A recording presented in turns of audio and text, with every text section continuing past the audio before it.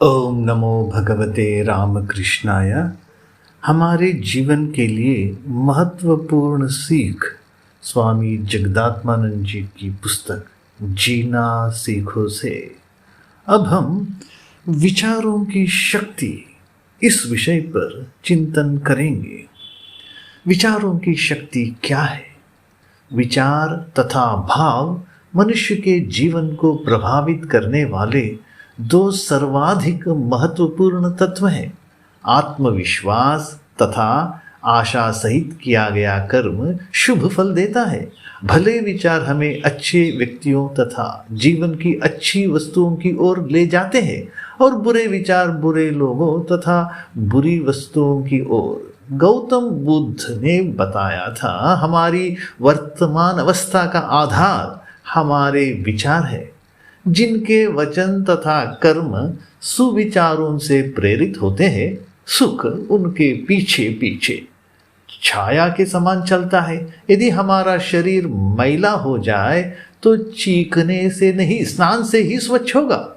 भले विचार ग्रहण करके उन पर मनन करने से बुरे विचार धीरे धीरे हमें छोड़ते जाएंगे। विचार को दोहराने से वह मन का एक अंग बन जाता है। यदि तुम दूसरों का भला सोचो तो वे भी तुम्हारा भला ही सोचेंगे। श्री अरविंद कहते हैं, भाव तथा विचार किसी ऐसे मन की खोज में विचरते रहते हैं जो उन्हें धारण कर सके। दूसरों के दोष देखने से तुम्हारा मन बुरे विचारों का कूड़ादान बन जाएगा। माँ श्री शारदा देवी ने अपने अंतिम उपदेश में कहा था, यदि शांति चाहते हो तो दूसरों के दोष मत देखो, बल्कि अपने ही दोष देखो। रात को सोने से पूर्व मन में कैसे विचार रहते हैं, इस विषय में सतर्क रहे। सुप्रसिद्ध लेखक विक्टर ह्यूगो का कहना है, सोने के लिए भली आशाओं, प्रेम तथा क्षमा का तकिया बनाओ, तब तुम सुबह आनंद तथा प्रसन्नता के साथ उठोगे। अब हम विचारों की शक्ति जो टॉपिक है, स्वामी जगदात्मानंद जी की ही बात सुनेंगे। यह बात स्पष्ट है कि विचार तथा भाव मनुष्य के जीवन को प्रभावित करने वाले दो सर्वाधिक महत्वपूर्ण तत्व हैं। प्रगति पथ पर चलने की इच्छा रखने वाले व्यक्ति को विचारों की इस महाशक्ति को समझ लेना चाहिए।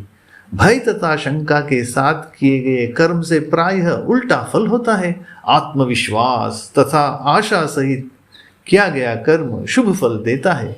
मानसिक शक्ति के विषय में एक प्रमाणित नियम है, जो जैसा है वह वैसे को ही आकृष्ट करता है, वैसा ही पाता है तथा वैसा ही बन जाता है। Like attracts like, like begets like. अर्थात भले विचार हमें अच्छे व्यक्तियों तथा जीवन की अच्छी वस्तुओं की ओर ले जाते हैं और कुविचार बुरे लोगों तथा बुरी वस्तुओं की ओर। आधुनिक अनुसंधान द्वारा समर्थित होने वाले इस सत्य को लगभग 2500 वर्ष पूर्व 2500 years ago गौतम बुद्ध ने बताया था। आज हम जो कुछ है अपने विचारों के फलस्वरूप है। हमारी वर्तमान अवस्था का आधार हमारे विचार है।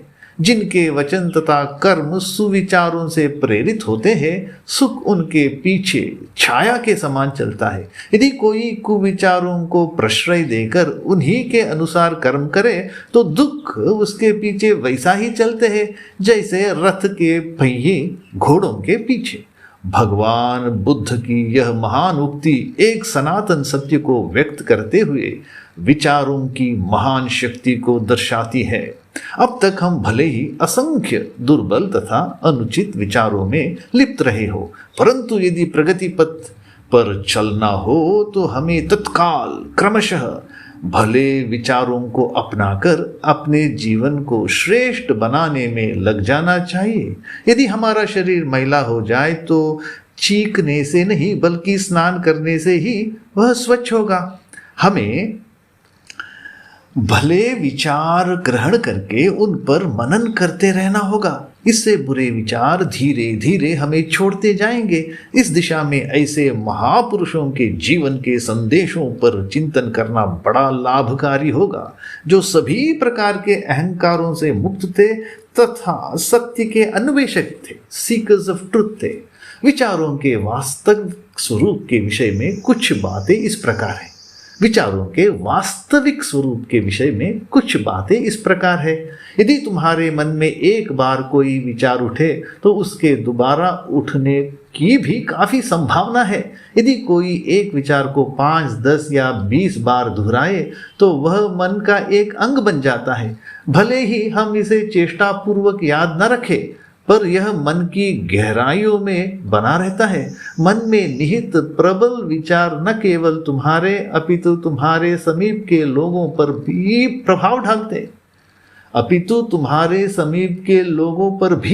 प्रभाव डालते हैं। विचार इतने शक्तिशाली होते हैं कि यदि तुम किसी का बुरा चाहो तो वह भी अनजाने में तुम्हारा बुरा सोच सकता है। यदि तुम दूसरों का भला सोचो तो वे भी तुम्हारा भला ही सोचेंगे।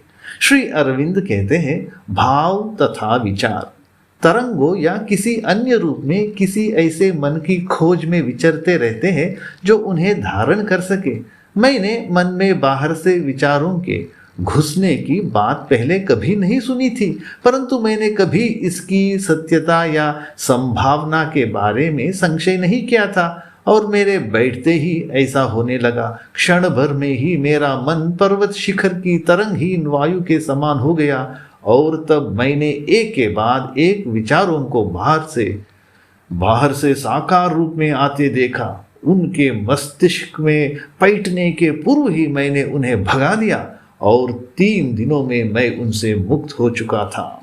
उत्साह तथा रुचिपूर्वक दूसरों के दोष देखने से तुम्हारा मन भी बुरे विचारों से भर जाएगा। वह एक ऐसा कूड़ादान बन जाएगा जिसमें दूसरों के खचरे भरे रहेंगे। कहते हैं कि ईश्वर का ध्यान करने से उनकी प्राप्ति होती है। दूसरों के दोषों पर ध्यान देने से हमें उन्हीं दुर्गुणों की प्राप्ति होगी। माँ श्री शारदा देवी ने लोगों की यह प्रवृत्ति देखकर अपने अंतिम उपदेश में कहा था, यदि शांति चाहते हो बेटा तो दूसरों के दोष मत देखो बल्कि अपने ही दोष देखो। सारे संसार को अपना बना लो, यहाँ कोई भी पराया नहीं है। धीर स्थिर भाव से क्या इस पर सोचना आवश्यक नहीं है कि हम अपने मन में कैसे विचारों को आने दें और कैसे विचारों को न आने दें। रात को सोने के पूर्व हमारे मन में कैसे विचार रहते हैं, इस विषय में हमें विशेष रूप से सतर्क रहना होगा। हमारा चेतन मन उस समय निद्रालु होता है और हमारे अचेतन मन में भले बुरे का विवेक नहीं होता। उसमें जो विचार आते हैं उसके साथ अपनी ओर से कुछ जोड़कर वह उन्हें आवश्यकता अनुसार चेतन मन को दे देता है। कंप्यूटर में गलत आंकड़े भरने के समान यदि तुम अपने मन को क्रोध, घृणा या किसी अन्य बुरे विचार से भर लो तो निश्चय ही तुम्हारी नींद हराम होगी। फिर नींद खुलने पर वह दूषित मन तुम्हें ऐसे बुरे कर्मों में प्रवृत्त करेगा जो तुम्हारे व्यक्तित्व को मलिन कर देंगे। इसीलिए सुप्रसिद्ध लेखक विक्टर ह्यूगो का कहना है, सोने के लिए भली आशाओं, प्रेम तथा क्षमा का तकिया बनाओ, तब तुम सुबह बड़े आनंद तथा प्रसन्नता के साथ उठोगे। याद रहे, तुम्हारे मन में चित्रगुप्त बैठे हुए हैं। ओम शांति शांति शांति। हरि ओम तत्सत। श्री राम कृष्णार्पणमस्तु।